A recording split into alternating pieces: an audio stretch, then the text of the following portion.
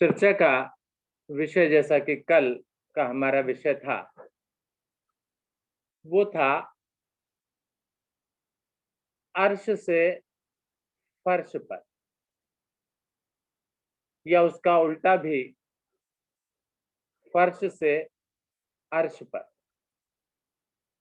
अर्थात ऊंचाइयों से नीचे आना या नीचे से ऊपर चले जाना।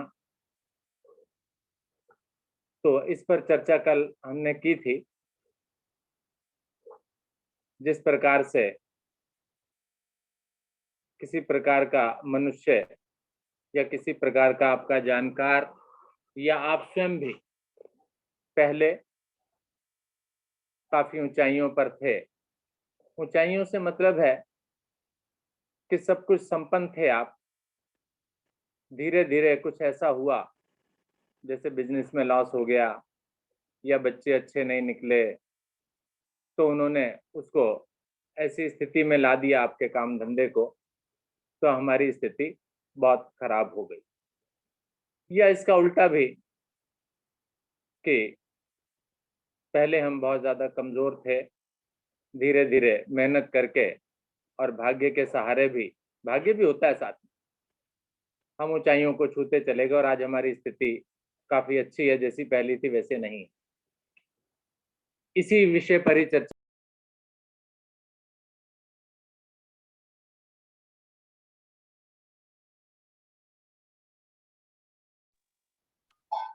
सर आप म्यूट हो गए। बबीता जी।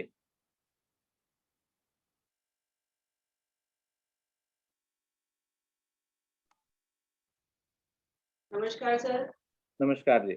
सभी को नमस्कार जी। सर हमारे एरिया में भी, हमारी कॉलोनी में भी एक ऐसा ही इंसान है, डॉक्टर A.K. चौधरी। उनकी बेटी मेरी फ्रेंड सर। हाँ, जब हम स्कूल में पढ़ने आए करते थे तो बहुत ही बड़ा उनका नर्सिंग होम था, जाना माना। शायद आसपास के एरियो में वही एक ऐसे इंसान थे जिनका नर्सिंग होम भी था और मेडिकल स्टोर भी था। अच्छी खासी प्रॉपर्टी भी थी, कुछ 2-3 गली आगे छोड़ के ही है। सर जैसे कि कहते हैं कि बच्चे अच्छे ना निकले तो सब कुछ अर्श से फर्श पर इंसान आ जाता, तो वही उनके साथ भी हुआ। 2 बेटे 1 बेटी थी, और बेटे ड्रिंक करते थे बहुत ज्यादा, दोनों ही बेटे। तो सर एक करके दोनों को कुछ ऐसी परेशानी हुई, लीवर की प्रॉब्लम हुई। क्या हुआ कि 6 महीने के अंदर अंदर दोनों बेटे चले गए। जैसे पहले बेटे का इलाज कराया उन्होंने, काफी प्रॉपर्टी धीरे धीरे अपनी बेचते गए, लगाते रह गए। तो इस तरह से सर उनके साथ हुआ। पहला बेटा एक्सपायर हुआ 6 महीने के अंदर अंदर, दूसरा बेटा भी चला गया और पैसा उन्होंने बहुत लगाया। आज स्थिति वो है कि अपनी एक छोटी सी, जब भी देखते हैं तो हमारे भी रोंगटे खड़े हो जाते हैं उस इंसान को। और एक छोटा सा आयुर्वेदिक का उन्होंने बहुत एक छोटा सा काउंटर सा ही बनाया हुआ, जिसमें कि सिर्फ एक टेबल ही आ सकती है। अभी कुछ दिन पहले मैं अपना ब्लड प्रेशर चेक कराने गई थी, तो थोड़ा सा देख के बहुत, कि जिस इंसान को हमने इतना फला फूला देखा हो, भरा हुआ देखा हो, और आज उनकी स्थिति बहुत ही खराब। 2 माँ बाप, बस माँ बाप ही रह गए।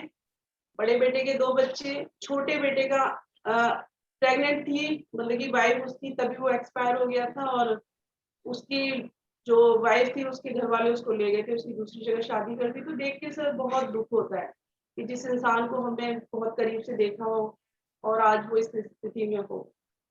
लेकिन उन्होंने बहुत संभाला अपने आप को, बहुत ही पूजा पाठ में ज्यादा करा करते थे पहले, बहुत ज्यादा कथाएं वगैरह भी, ये जो आजकल होती है सर, उसमें उन्होंने, शायद लक्ष्मी जी जानती होंगी उनको अच्छे से। तो सर मेरे सामने तो एक वही किस्सा है जो जी, जिनको अर्श से हमें फर्श पे आते हुए देखा सर। तो बहुत दुख होता है उनके लिए, बहुत ज्यादा। लेकिन बहुत हिम्मत, उनकी हिम्मत की हम कद्र करते हैं कि उन्होंने बहुत अच्छे से अपने आप को संभाला। तो इन्हीं दिनों की बात है सर, रक्षाबंधन के आसपास की, जब उनके बेटे बैक टू बैक गए। धन्यवाद सर। धन्यवाद जी। आदरणीय मनोज जी। मनोज जी।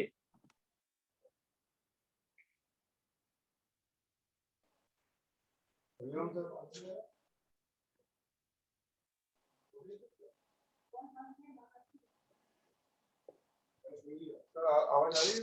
हाँ जी। सर बहुत बहुत किस्से होते हैं, बहुत ही हैं।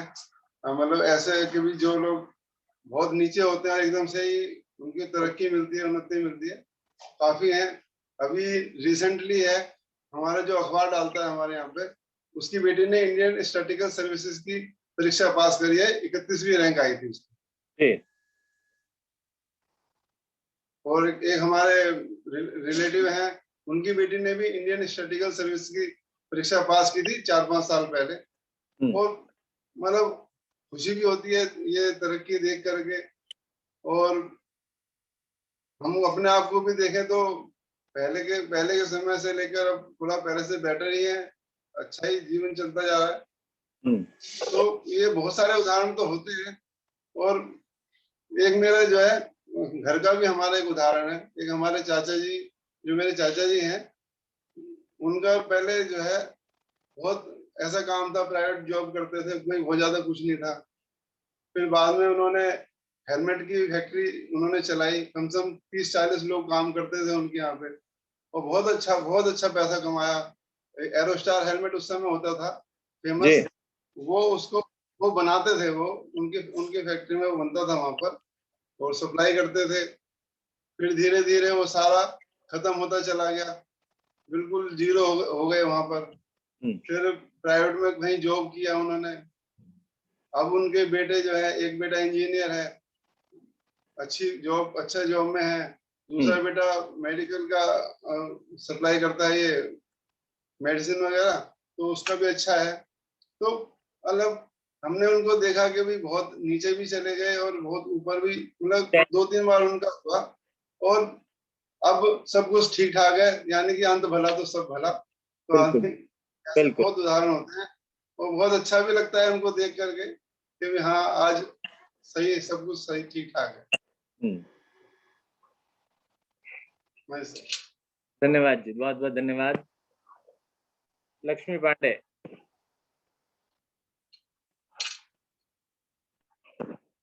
लक्ष्मी जी,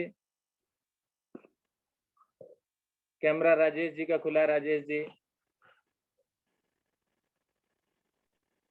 हरिओम सर। हरिओम जी। सर मैं तो अपने बारे में एक छोटी सी क्लिप सुनाता हूँ जी। 2005 में करीब लगभग मैं एक टीम के साथ अमरनाथ गया, और अमरनाथ के आने के बाद मेरे साथ ऐसा चमत्कार हुआ कि मैं मात्र 12 से 15 हजार रुपये कमाता। और मेरा एक फ्रेंड मिला, वो अक्सर दिल्ली से बाहर जाता था, जब भी उसे फोन करो दिल्ली से बाहर। मैंने कहा यार कभी हमें भी घुमाते करो। तो कह रहा चलो अगली बार से फिर आपका नंबर पक्का। एक मेंबर वो अपने साथ अपने सेल्फ सेटिस्फेक्शन के लिए या साथ के लिए या एंजॉय के लिए वो लेके जाता था। कभी चंडीगढ़ जा रहे हैं, कभी कहीं जा रहे हैं, कभी जयपुर जा रहे हैं, कभी लखनऊ जा रहे हैं, कभी ऋषिकेश जा रहे हैं। तो मैं थक गया उसके साथ जाते जाते, कभी 3 दिन का टूर, कभी 5 दिन का टूर। और जो मेरा बॉस था वो भी नहीं कुछ कहता था कि भाई कोई बात नहीं घूम ले। तो जो उसका बड़ा भाई था, बड़ा भाई मतलब जो उसका बॉस था, वो सभी को छोटे भाई की तरह ही रखता था। उसने कहा यार ये बंदा है कौन जो तेरे साथ जाता है, तेरा खास होगा। तो उसने मेरे को उससे मीटिंग कराई। जब मैंने उनके हाव भाव देखे तो वो वास्तव में ही अरबपति आदमी थे। उन्होंने मेरा ट्रायल लिया। मुझे लेटर लिखने का बहुत शौक है, बचपन से ही लेटर लिखता हूँ। पहले अगर आपको गलत ना लगे तो मैं लेटर लिखना कैसे सीखा, मैं जब स्कूल में था, कॉलेज में था, तो उस टाइम मोबाइल तो थे ही नहीं, तो मेरे पास मेरे फ्रेंड्स लव लेटर लिखवाने आते थे। क्या बात है। तो सभी के मैं लव लेटर लिखता था। बस वो नाम बताते थे, सिचुएशन बताते थे, और मैं पूरी स्टोरी बना के दे देता।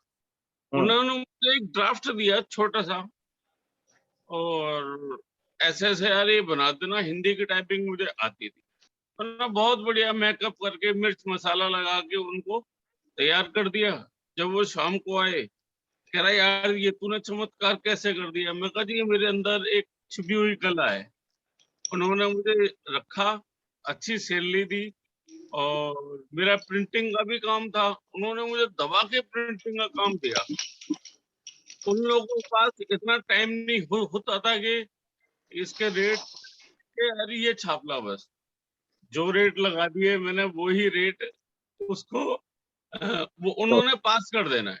लेकिन मैं भी ये देखता था कि अगर हांडी का मुंह खुला है तो कुत्ते को भी शर्म आनी चाहिए। मैं लगभग उनके साथ 10 या 12 साल रहा। मेरी खुद की जेब में करीब 20,000, 25,000, 30,000 से कम नहीं होते थे। इलेक्शन लड़ा उन्होंने, इलेक्शन का सारा काम मैंने संभाला। ईमानदारी बहुत थी वहां। उन लोगों को सिर्फ पैसे वाले लोग थे, कहते यार हमें ईमानदारी सबसे पहले चाहिए और हमारी बातें बाहर लीक ना हो। जो हम आप काम कर रहे हो या जो हमारे साथ कहीं भी जाते आते हो, पूरी दिल्ली के गवर्नमेंट हॉस्पिटलों में उनकी सप्लाई थी। हमारा काम ही ये था, बिजनेसमैन कम डाउन ज्यादा थे। 3-4 गाड़ियां जाती थी और उसमें सिर्फ 11 बजे वहां जाना, 12 बजे वो लाला आता था हमारा भाई, और फिर गवर्नमेंट हॉस्पिटलों में चक्कर काटना और परचेज वालों के पास, और उसके बाद 4-5 बजे अपने घर। तो लगभग अभी 5 साल पहले जब इलेक्शन लड़ा उन्होंने करनाल में एमएलए का, उससे पहले मेयर का फाइट किया था, तो वो पब्लिक ने बहुत धोखा दिया। प्लस राम रहीम की ऐसी लहर थी, उन्होंने कहा भाजपा को वोट दे दो, तो वो हार गए। हारने में उन्होंने बहुत पैसा लगाया। पटपड़गंज इंडस्ट्रियल एरिया की 3-4 फैक्ट्रियां बेच दी उन्होंने। तो फिलहाल उनके पास थोड़ी सी पैसों की तंगी आई। अर्श से फर्श की कहानी भी मैंने उन्हीं के साथ सुनी थी, क्योंकि 30 गज के एक परवाना रोड या अनारकली, शायद जो दिल्ली में रहते हैं पुरानी दिल्ली में, उन्होंने सबने सुना होगा। हाँ, ये जगतपुरी के पीछे एरिया है। मात्र 30 गज का उनका मकान था। 30 गज के मकान से उन्होंने प्रियदर्शनी विहार में अगल बगल में 2 कोठियां बनाई। उन्होंने गाड़ियों की कोई लिमिट नहीं थी, कम से कम 25 से 30 गाड़ियां थी उनके पास। मेरे को कार चलानी नहीं आती थी, लेकिन उनके साथ रह के मैं कार चलानी सीख गया और जब मर्जी जो गाड़ी उन्होंने दी उसको लेके कभी करनाल जाना या कभी कहीं और। मैंने फुल जिन लाइफ का जो ऐश है ना, हर तरह से मैंने उनके साथ किया। लेकिन 3-4 साल पहले कांग्रेस आ गई, जब वो आप पार्टी आ गई, कांग्रेस से उनकी फुल सेटिंग थी और मंत्री से लेकर संतरी तक, अकबर रोड तक। उसके बाद उन पर थोड़ी सी तंगी आने लगी। थोड़ी सी तंगी मीन्स जो करोड़ों रुपए आ रहे थे महीने में, वो धीरे धीरे जब आप पार्टी आई तो उसने अपने बंदे को सप्लाई करना चालू। तो वो का एक ही शर्त है यार, जब तक ये आप पार्टी नहीं जाती तब तक आप टाइम पास करो। जैसी कांग्रेस आएगी उस दिन सारे काम छोड़ के मेरे पास आ जाना। तो ये मेरा सीन था कि अर्श से फर्श तक, और जो मेरा भाई है उसका भी सीन अर्श से फर्श तक मैंने सुना था। कभी भी कोई आज भी दिक्कत होती है, सिर्फ मैसेज डालने की देर है, अकाउंट नंबर उनके पास है, अमाउंट वो आज भी भेज देते हैं। ठीक, बहुत बढ़िया। ठीक है राजेश जी, धन्यवाद आपका, बहुत बहुत धन्यवाद। शालिनी सिंघल जी भी हैं, अगर वो कुछ कहना चाहें तो बोल सकती हैं। हरिओम सर। हरिओम जी। जी सर, मैं तो अपना ही बताऊंगी कि हमारे पापा गवर्नमेंट सर्वेंट थे, सेंट्रल पोस्ट ऑफिस में काम करते थे जी। और हमारी मम्मी बहुत बीमार रहती थी बचपन से ही। तो पहले नहीं पता था कि सीजीएचएस में जाना चाहिए, तो प्राइवेट डॉक्टर के जाते थे और उसमें हमारे पापा की सारी सैलरी खत्म हो जाती थी। तो सर 20 तारीख को हमारे घर में पैसे खत्म हो जाते थे और वो 10 दिन जो काटने होते थे ना, हम तीनों बहन भाई भी इतने समझदार होते थे कि एक पेंसिल भी लानी होती तो हम नहीं लाते थे कि 1 तारीख को पापा का सैलरी आएगी तब हम करेंगे। तो इस तरह से हम लोग फर्श पे थे एक तरह से। और हमारे साथ सारी जॉइंट फैमिली थी, तो कभी जरूरत पड़ती थी तो हम जॉइंट फैमिली से 100 रुपए जब तो बहुत होते थे, 100 रुपए ले आई मम्मी और अपना काम चलाया 10 दिन का। और फिर जब 1 तारीख आई, पापा की सैलरी आई तो उनको वापस कर दिया। लेकिन अब ईश्वर की कृपा से ऐसा नहीं है। दोनों भाई बहुत सफल हैं और अब घर में कितना कैश पड़ा रहता है नहीं पता है। लेकिन हाँ, उस जो पापा ने जो जवानी में काम किया, मतलब जब वो रिटायर नहीं थे तब तो हमारा उस सैलरी में गुजारा नहीं होता था।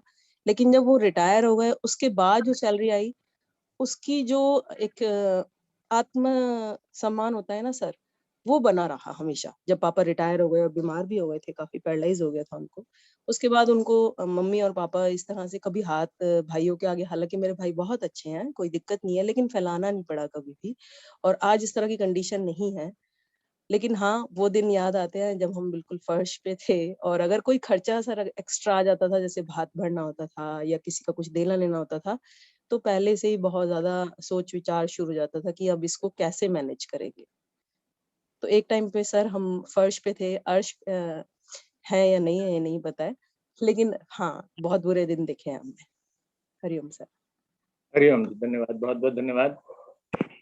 इसके अतिरिक्त और भी कोई अपने आप बोलना चाहे तो प्लीज माइक ऑन करे और बोल सकते हैं।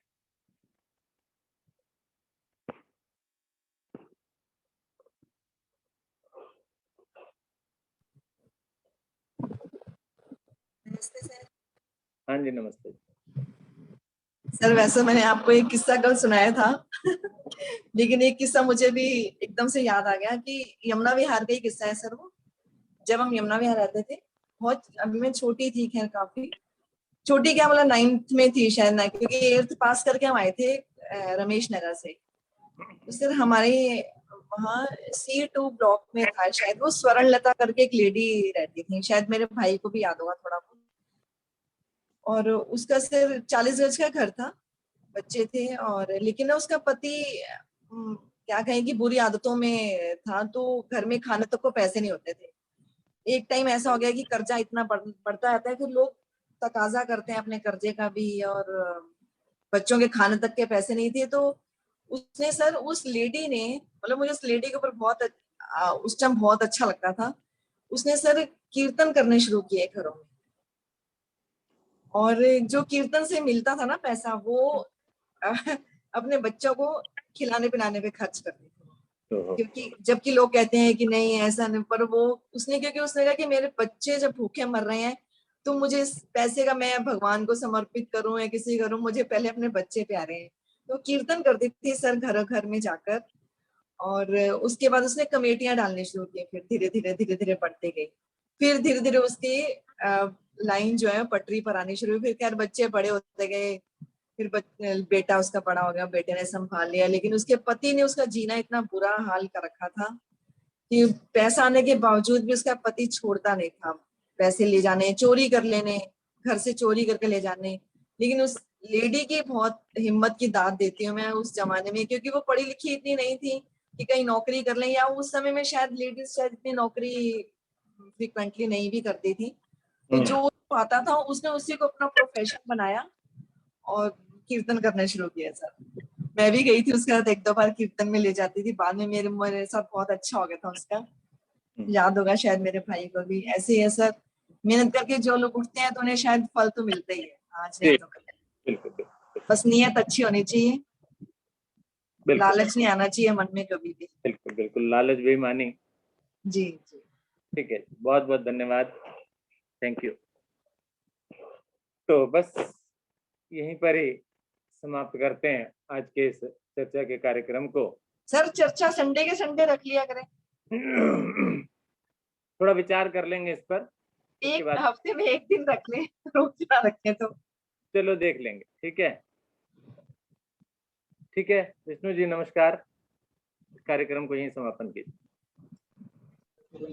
धन्यवाद आदरणीय सर जी। आज की जो सत्र है चर्चा का, पिछले कोई 15-20 दिन से चल रहा था, उस सत्र का आज यहाँ विराम है।